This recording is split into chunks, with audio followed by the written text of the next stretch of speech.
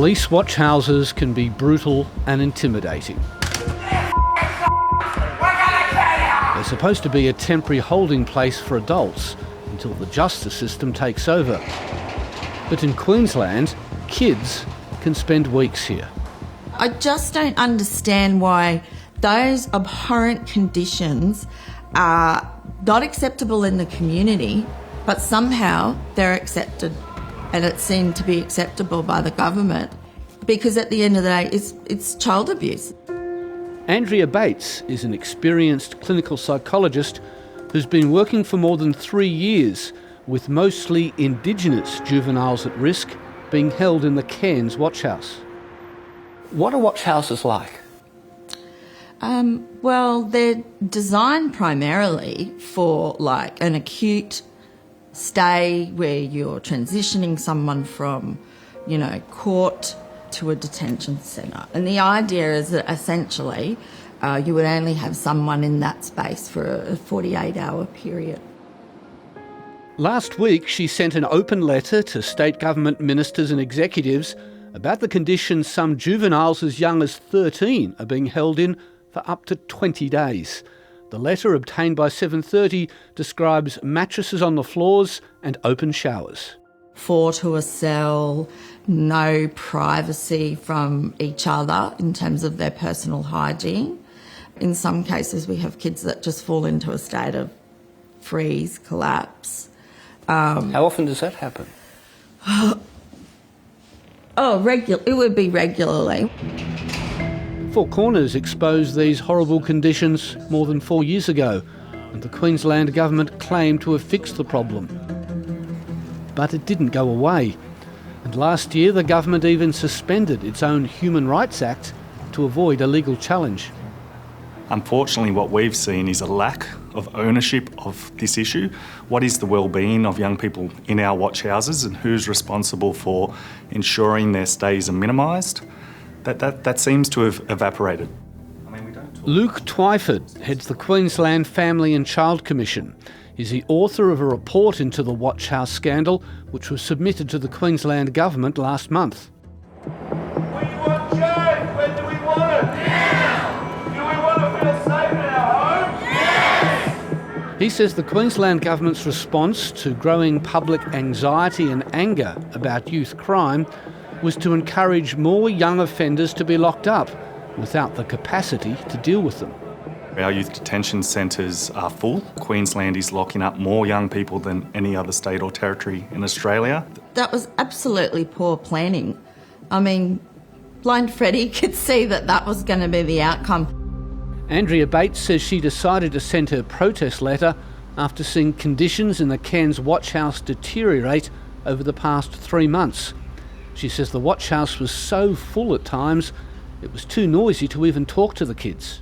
Imagine living next to an airport and a plane taking off and you have to stop your conversation.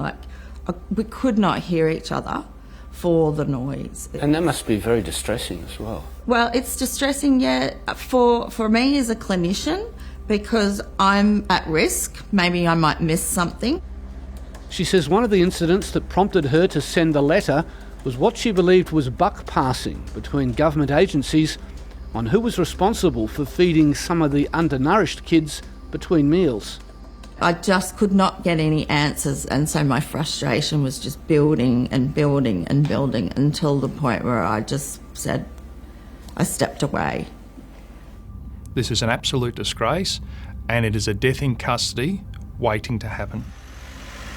The Queensland Police Union says watch houses in Cairns, Mount Isa and Townsville have been over capacity nearly every day since last September, putting officers under unacceptable pressure. Where are youth justice? They're missing in action. I'd suggest why don't we scrap the Youth Justice Department in Queensland, because they're doing nothing apart from breeding another generation of young criminals because of their inaction. A new temporary youth justice facility was opened north of Brisbane late last year, and another will come online next year. The Youth Justice Minister, Di Farmer, was unavailable for interview, but she provided a statement to 7:30 outlining recent additional watch house support services. All of these services seek to provide for children's mental, emotional, physical, legal and cultural needs, as well as provide family visitation as needed. The Queensland Police Service says 85 kids are being held in watch houses across the state today, and it's urgently looking at ways of reducing pressures. The Police Minister last week praised officers for their efforts to stamp out crime. If that application of the law means that those people are held in custody, in a watch house, in a detention centre, in a prison, then that is meeting the community's expectation, and it is an example of people doing their job. You talk about human rights, but members of the public also have a right to feel safe in their own homes, and some people in these watch houses have committed quite serious crimes. So how do you weigh that up? Well, what a lot of people may not realise is that a lot of people sitting in watch houses are actually on remand. They haven't been convicted of an offence yet. These kids were victims long before they became perpetrators. I mean, some of their histories, is incredible. So it's up to us now to, as a society, to try and, get them back on track and give them the care and the attention that they need. Andrea Bates is now on leave from her work for the government's court liaison service, waiting to see the consequences of her decision to speak out. I'm glad it got aired, and I think the more we as a government and a society are alive to the issues, alive to the impact that we are having on young people, the more chance we have of putting in place better policies. They've been failed by so many systems over the years, and I didn't want to fail them. I didn't want to be part of the problem. I wanted to be part of the solution.